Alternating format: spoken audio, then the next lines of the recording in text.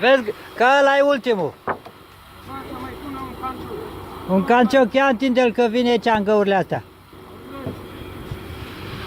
Ia uite. Zi mai așa, mai. Pune un canciuc de ciment și 2 de nisip. Într-o găleată. Amestece și găleată. După ce îl faci, o să te gândești că mai e prea mult. Ia, cică un cancioc și restul.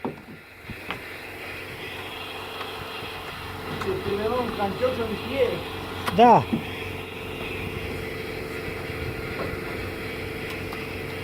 Apa aia din roabă, să o amestece pasta din găleți, nu mai pune nisip, asta ciment și pune pietriș.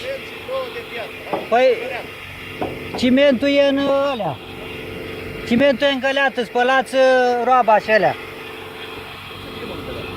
Cimentul. Și în găleți.